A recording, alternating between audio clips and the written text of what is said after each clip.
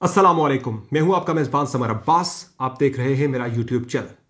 नाज़रीन, आज मैं बहुत ही इंटरेस्टिंग मामला आपके साथ शेयर करने जा रहा हूं। बड़ी ही इंटरेस्टिंग स्टोरी है और ये कहानी है मुफादात के टकराव की। एक के बाद एक मुफादात के टकराव की कहानियां इमरान खान साहब के दौरे हुकूमत में सामने आ रही हैं। वो इमरान खान साहब जो कि कल तक मुफादात के टकराव पर बहुत ज़्यादा बात किया करते थे जब वो अपोजिशन में थे। धरने में भी सबसे ज़्यादा बात उन्होंने की थी कि जब मैं इक़्तिदार में आऊँगा तो मेरे दौरे हुकूमत में मुफादात का टकराव नहीं होगा। लेकिन जहाँ पे एक के बाद एक हीरा खान साहब लाते जा रहे हैं जिसका बहुत ज़्यादा मुफादात का टकराव, हल्का फुल्का हो चले समझ में आता है, बहुत ज़्यादा मुफादात का टकराव सामने आ रहा है। नाज़रीन, आज जो स्टोरी आपके साथ शेयर करने जा रहा हूँ, ये मामला है ताबिश गौहर साहब के हवाले से। और मेरा मकसद सिर्फ यह है, आज मैं आपके सामने हकायक रखूं और मैं जो भी हकायक आपके सामने रखूंगा वो दस्तावेज़ात के साथ, शवाहिद के साथ मैं आपके सामने रखूंगा। किसी किस्म का इल्ज़ाम किसी पर नहीं लगाऊंगा। एक कनेक्शन में आपके सामने इस्टेब्लिश करने की कोशिश करूंगा दस्तावेज़ात की मदद से, सबूतों की मदद से, कि क्या कनेक्शन है, यहाँ पर क्या धंधा चल रहा है पाकिस्तान के अंदर। नाज़रीन, ताबिश गौहर साहब आज पेट्रोलियम डिवीजन के आज मुआविन ख़ुसूसी मुकर्रर हो गए हैं नदीम बाबर साहब की जगह पर, जिन्हें इसलिए हटाया गया था कि जो पेट्रोलियम बहरान से मुतल्लिक तहकीकात चल रही हैं मज़ीद, उसमें वो इन्फ्लुएंस कर सकते हैं चूँकि उनका मफादात का टकराव है। अब जिन बुनियादों पे नदीम बाबर साहब को हटाया गया, उन्हीं ग्राउंड्स पे बड़ा फिट केस बनता है मुफादात के टकराव का ताबिश गौहर साहब के हवाले से भी, जो आज मुआविन ख़ुसूसी बराए पेट्रोलियम मुकर्रर हुए हैं।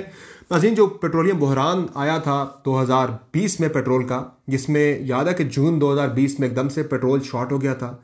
फिर जो ही पेट्रोल की कीमतें 70 से 100 रुपये की, तो फ़ौरन से पेट्रोल मार्केट के अंदर आ गया था। तो ये वो बहरान था जिसे इन्वेस्टिगेट किया गया। उस इन्वेस्टिगेशन के अंदर एक कंपनी है बाइको, जो कि ऑयल मार्केटिंग कंपनी है, इसकी रिफाइनरीज भी हैं। इस कंपनी पे रिस्पॉन्सिबिलिटी फिक्स की गई है दीगर कंपनीज के साथ कि इसका बड़ा एक अहम किरदार था। मैल प्रैक्टिसेस थी, ये ऑयल स्मगल भी करती रही है। ईरान से भी ऑयल इसने स्मगल किया पाकिस्तान में गैर कानूनी तरीके से। जो ताबिश गौहर साहब हैं, बाइको के बोर्ड ऑफ डायरेक्टर्स के इंडिपेंडेंट डायरेक्टर हैं, बोर्ड ऑफ डायरेक्टर्स के मेंबर हैं।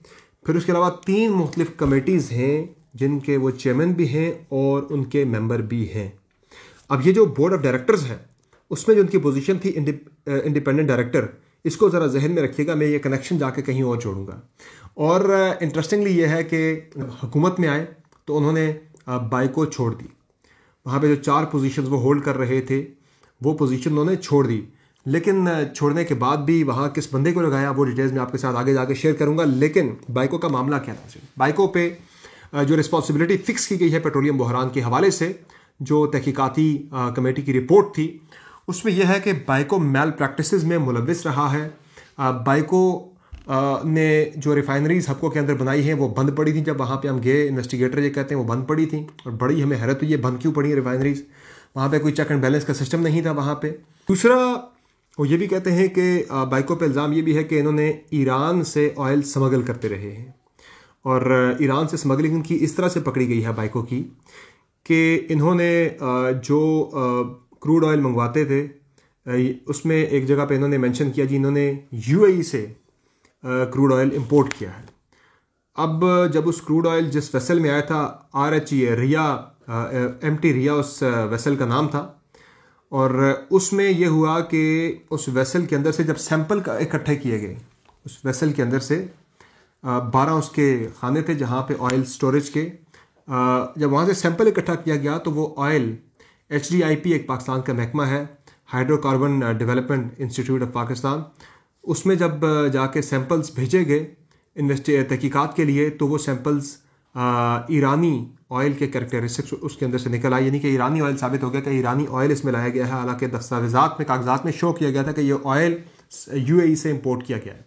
अब ये कितना फ्रॉड है? 5,55,000 और 5,55,000 उसमें बैरल ऑयल जो है वो इंपोर्ट किया गया था, क्रूड ऑयल। बहरहाल ये मामला था, उस पर बाइको पे बड़े सख्त इल्ज़ामात उसमें सामने आए, बड़ी सख्त रिस्पॉन्सिबिलिटी फिक्स की गई। यहाँ तक कहा गया तहकीकाती रिपोर्ट के अंदर कि इस कंपनी के हवाले से थॉरो इन्वेस्टिगेशन होनी चाहिए और जब तक ये इन्वेस्टिगेशन नहीं होती तब तक इस कंपनी के फंक्शन को रोक देना चाहिए, इसके ऑपरेशंस को हाल्ट कर देना चाहिए, यहाँ तक लिखा है।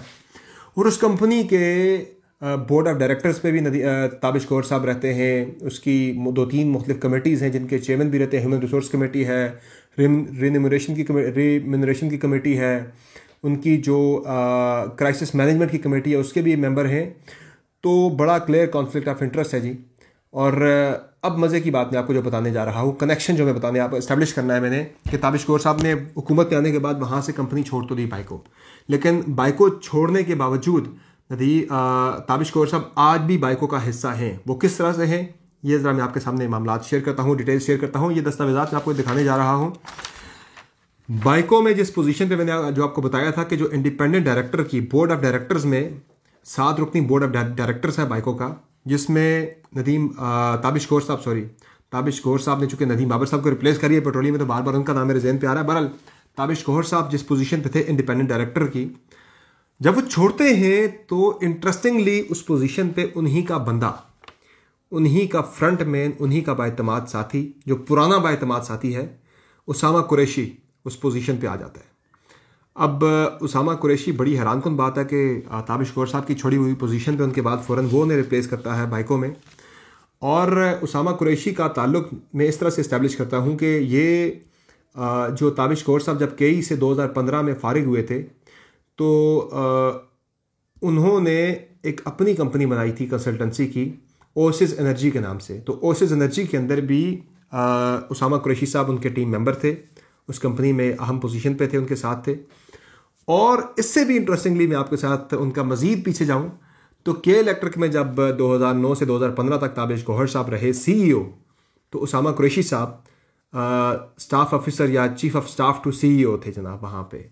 तो ये चले आ रहे हैं इनके साथ, इनके बाएतमाद साथी, इनके टीम मेंबर हैं। इनके प्राइवेट बिजनेसेस के अंदर भी ये सरकारी पोजीशन में जाते हैं, वहाँ भी उनके साथ होते हैं। अब चूंकि वो सरकार में आगे ताबिश गौहर साहब खुद पोजीशन नहीं रख सकते थे, तो वहाँ अपने बंदे को प्लांट करवा दिया। यानी ताबिश गौहर साहब बाइको में ना होकर भी बाइको के अंदर बैठे हुए हैं, वहाँ मौजूद हैं। तो अब उसी पेट्रोलियम सेक्टर का बंदा, जिसके स्टेक्स हैं पेट्रोलियम सेक्टर के अंदर, जो बेनिफिशरी है वहाँ से, जो बैठा है सिस्टम के अंदर, वही जब पेट्रोलियम सेक्टर की पॉलिसीज़ बनाएगा तो यकीनी तौर पे वहाँ पे इन्फ्लुएंस करेगा। वही बंदा जब पेट्रोलियम सेक्टर से मुतल्लिक तहकीकात हैं उनको भी इन्फ्लुएंस कर सकता है। चूँकि बाइको से मुतल्लिक काफ़ी चीज़ें मैंने आपके सामने रख दी हैं, तो ये वो कनेक्शन है जो कि सामने आया है। और दूसरा जो मामला, इस पे प्राइम मिनिस्टर साहब को यकीनी तौर पे देखना चाहिए। और पहले भी मैंने एक किया था, मैंने वीलॉग 2 दिन पहले, परसों मैंने किया था कि इलेक्ट्रिक की सेल के हवाले से, कि उसे रोकने के हवाले से जो ख़त लिखा ताबिश गौहर साहब ने प्राइवेटाइजेशन कमीशन को, कि इसमें TORs पे जो उन्होंने एतराज़ उठाया, उससे शक उठा कि ये ताबिश गौहर साहब ही उन लोगों में से हैं जो इस कि इलेक्ट्रिक की शंघाई इलेक्ट्रिक पावर कंपनी को फ़रोख्त को रोकना चाहते हैं, डील को सबोताज करना चाहते हैं। उन पर शक उठ रहा है ये। अब हुआ यह है कि जो उसमें मैंने ओसिस एनर्जी के हवाले से चीज़ें मेंशन की हुई थी, तो इंटरेस्टिंगली ये हुआ है कि आज आप वेबसाइट खोलें ओसिस एनर्जी की तो वेबसाइट डाउन हो गई है, बल्कि वेबसाइट बंद कर दी गई है, ख़त्म कर दी गई है। वो दस्तावेज़ात, वो डिटेल सामने आने के बाद, बहरहाल दाल में बहुत कुछ काला नहीं बल्कि पूरी दाल ही यहाँ पे काली है। तो इमरान खान साहब को शायद ये चीज़ें मालूम नहीं थी। अब अगर उन तक पहुँचती हैं किसी भी ज़राए से, तो खान साहब को इन चीज़ों को देखना होगा, क्योंकि आप ईमानदार हैं। आपको अपने नीचे भी देखना चाहिए कि क्या ईमानदार बंदे ही आपकी टीम को, आपकी गवर्नमेंट को रिप्रेजेंट कर रहे हैं। दूध की रखवाली पर बिल्लों को मत बिठाएं, चूँकि ये बदनामी कल को आपके साथ आएगी। ये बंदे तो जो बाहर से आए हैं, ये बाहर से आए उठ के, इनकी प्रॉपर्टीज़ बाहर हैं, इनकी सब चीज़ें बाहर हैं, एसेट्स बाहर पड़े हैं, ये उठ के बाहर चले जाएंगे, पीछे भुगतना आपने है। और शिबली फराज साहब के हवाले से भी मैंने कुछ बातें करनी थी, हफीज़ शेख साहब के हवाले से भी करनी थी, कि उन्हें इसलिए नहीं हटाया गया शिबली फराज साहब के बकौल की महंगाई कर दी उन्होंने, बल्कि खबर यह है कि किसी क्वार्टर से, बड़े अहम क्वार्टर से, जिसके वो नुमाइंदे समझे जाते थे, खान साहब ने हटा के उनको मैसेजिंग की है कि आप जो बुज़दार साहब को हटाने के हवाले से मुझ पर दबाव डाल रहे हैं, वो दबाव मैं कबूल नहीं करूँगा। और उन्होंने उनका बंदा रुखसत कर दिया है, जो समझा जाता था उनका बंदा। तासुर था उस बारे में बहुत ज़्यादा। बहरहाल इस पर कल आएंगे, मज़ीद डिटेल्स आपके साथ शेयर करेंगे। फिल वक्त मुझे इजाज़त दीजिए। अल्लाह हाफ़िज़।